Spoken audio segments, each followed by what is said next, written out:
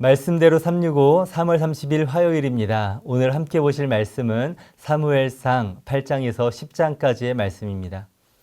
8장에 들어서면 백성들은 본격적으로 왕을 달라고 요구를 합니다. 그 이유를 사무엘이 나이가 들어가고 그의 뒤를 이을 두 아들 요엘과 야비아가 아버지와 다르게 악행을 해가기 때문이라고 그들은 이야기합니다. 하지만 그것은 핑계이죠. 왕이 생긴다고 제사장의 자녀들이 악을 행하지 않겠습니까? 왕의 자녀들은 악행을 행하지 않겠습니까? 20절에 그들은 본심을 드러냅니다. 우리도 다른 나라들과 같이 되어야 하리이다. 이 얼마나 비참한 이야기입니까? 성도란 거룩한 물입니다. 거룩하다라는 말은 세상과 구별되었다라는 뜻이죠. 세상 사람들과는 다르다는 것입니다. 우리는 세상 사람들과는 다른 무리인데 도리어 제사장 나라로서 세상 속에 빛과 소금이 되며 사람들을 인도해야 될 그들이 도리어 세상과 똑같이 되고 싶다고, 저들과 같이 되고 싶다고 이야기를 하는 것입니다.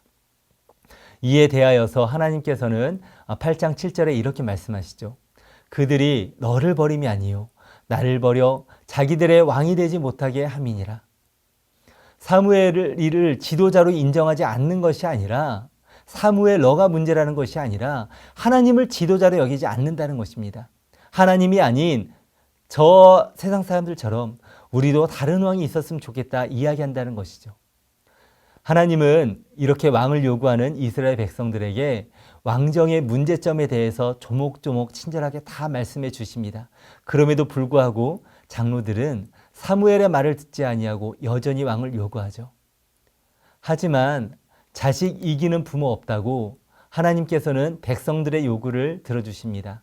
하나님께서는 져주시는 하나님이시지요. 그리고 9장에 이르러서 이제 사울이 등장합니다. 베냐민 지파의 또 유력한 집안이며 체격과 풍채, 용모도 아주 왕에 적합한 인물이었습니다. 사울이 기름 부음을 받는 장면은 좀 인상 깊습니다. 길을 잃은 나귀를 찾으려고 사울이 온 에브라임 땅을 사흘이 넘도록 두루 다닙니다. 그런데 찾지를 못하고 있는 것입니다. 사실 양은 종종 길을 잃지만 나귀는 여간해서는 길을 잃지 않습니다. 발람의 나귀도 갈 길과 가지 말아야 할 길을 알지 않습니까? 그럼에도 이 나귀들이 단체로 길을 잃었다라는 것 자체가 넌센스입니다. 사울은 몇 날 며칠을 찾아다니다가 찾지를 못합니다. 그리고 이것은 왕이 없는 그 이스라엘 백성들을 상징하는 것이죠. 왕이 있지만 왕을 찾는 이스라엘 사람들처럼 또 이스라엘 백성들이 그렇게 왕을 찾는 것처럼 사울은 나귀를 찾아다니면서 있지만 찾지 못한다는 그 상황을 비꼬고 있는 것입니다. 또한 사울은 암나귀를 찾아다니며 자신이 다스릴 왕국을 두루 다니게 된 셈이고 또한 암나귀를 찾다가 자신이 다스릴 왕국을 찾게 되는 약간 이런 넌센스적인 이야기들이 이어지고 있는 것입니다. 사울과 사환은 이제 돌아가려 하다가 근처에 선견자가 있다는 말을 듣고 사무엘을 찾아가게 되죠. 그리고 사무엘은 그 전날 하나님으로부터 사울이 찾아올 것이라는 이야기를 듣습니다. 그리고 만나서 기름을 붓지요. 그리고 후에 다음 며칠 있다가 사무엘은 온 이스라엘 백성들은 미스바 광장으로 백성들을 모으고 이제 제비를 뽑아서 왕을 뽑자라고 이야기하면서 사울을 제비 뽑아 왕으로 공표합니다. 하나님께서는 이미 사울에게 기름을 부으셨는데 왜 그런데도 불구하고 제비를 뽑아서 사울을 다시 한번 뽑는 것일까요? 이 선택이 왕을 선택하는 것이 사울의 카리스마적인 능력이나 백성들의 인기 투표로 된 것이 아니라 오직 하나님의 주권적인 선택임을 보여주기 위함입니다. 그렇게 결국은 비극으로 끝나버릴 이스라엘 초대왕 사울의 즉위식이 이루어집니다. 하나님의 뜻과 계획은 우리의 뜻과 계획과 다를 때가 많습니다. 내가 복이라고 생각하며 요구하였던 것들이 도리어 그것이 저주가 될 때도 있고 또 하나님의 뜻이 우리의 뜻과 다를 때는 우리의 복이 아니라 하나님이 원하시는 복이 아닌 다른 길로 갈 때가 많은 것을 우리가 보게 됩니다. 그렇기 때문에 우리의 삶에 우리의 뜻이 아니라 하나님의 뜻이 이루어지기를 온전히 소원해야 됩니다. 비록 그것이 세상과는 다른 길이라 할지라도, 세상이 보기에는 미련한 길이라 할지라도 우리에게 구원을 주시는 능력인 그 복음의 길로 걸어가야 되는 것이죠. 혹시 우리의 기도와 간구가 세상 사람들이 바라는 간구와 동일하진 않습니까? 나의 삶에 나의 욕심이 이루어지기 위하여서 세상 사람들과 같이 되기를 소원하며 살진 않았는지 조심스레 돌아봅니다.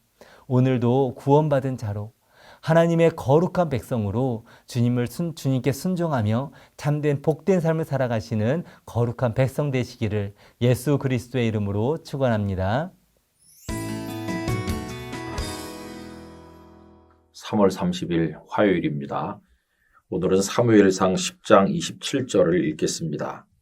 어떤 불량배는 이르되 이 사람이 어떻게 우리를 구원하겠느냐 하고 멸시하며 예물을 바치지 아니하였으나 그는 잠잠하였더라. 아멘. 사무엘은 이스라엘의 마지막 사사였습니다. 그가 마지막 사사가 된 것은 백성들이 더 이상 사사의 지도를 받는 것을 원하지 아니하고 자신들도 다른 나라처럼 왕에 의해서 다스려지기를 원했기 때문입니다. 사무엘은 이들의 이러한 태도를 못마땅하게 여겼는데 그들의 왕이신 하나님의 통치를 거절하고 사람의 통치를 원한다고 생각했기 때문입니다. 하나님께서도 그들을 못마땅하게 여기셨죠. 그러나 왕을 세워주라고 허락하셨습니다. 그래서 선택된 사람이 사울이었습니다. 그런데 여러분, 왕으로 선택된다고 바로 왕다운 왕이 되는 것은 아니죠. 오히려 일부 불량배들은 사울이 어떻게 우리를 구원하겠느냐 이렇게 비방했고 예물도 보내지 않았다 했습니다. 그래서 여러분, 이 말씀을 통해서 우리가 한 두어 가지 생각해 볼 것이 있습니다. 첫째로, 세상에는 어디나 언제나 늘 불량한 사람은 있게 마련이라는 것입니다. 지도자들은 이걸 알아야 됩니다. 세상 모든 사람들이 다 자기를 지지하고 좋아해 줄 거라고 생각하는 것은 착각입니다. 설령 그들이 불량하기 때문만이 아니라 하더라도 자신의 정책이나 방법이 마음에 들지 않으면 불만을 이야기할 수 있는 거 아니겠습니까? 그래서 이걸 알 때 지도자는 겸손하게 되고 자기를 성찰할 수 있게 되는 것입니다. 또 이런 불만을 좀 줄이고 해소하려면 지도자는 지도자답게 행동해야 되고 백성들이 바라는 구체적 열매를 맺을 수 있어야 됩니다. 그 다음 장에 보면 암몬 왕 나하스가 길르앗 야베스를 침략함으로 촉발된 전쟁 기사가 나오는데 이때 사울은 백성들과 함께 나하스를 물리치고 승리를 거둡니다. 그때 백성들은 비로소 사울이 진정으로 왕의 자격이 있음을 알게 됩니다. 일부 사람들은 사울이 처음 왕이 될 때 비방했던 불량배들을 죽이자고 제안했지만 사울은 그것을 거절하게 되죠. 여러분, 결국 지도자가 어떤 공동체에서 역할을 제대로 감당하려면 지도자답게 열매를 맺는 구체적 성과가 있어야 되는 것이고 또 거기 소속된 구성원들은 일단 지도자를 인정해 줄 수 있어야 된다 하는 걸 깨닫게 됩니다.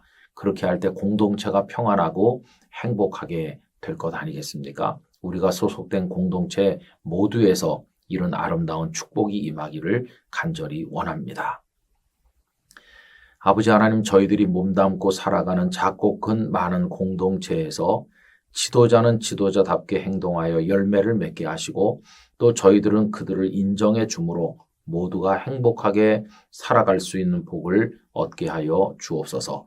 예수님의 이름으로 기도하옵나이다. 아멘.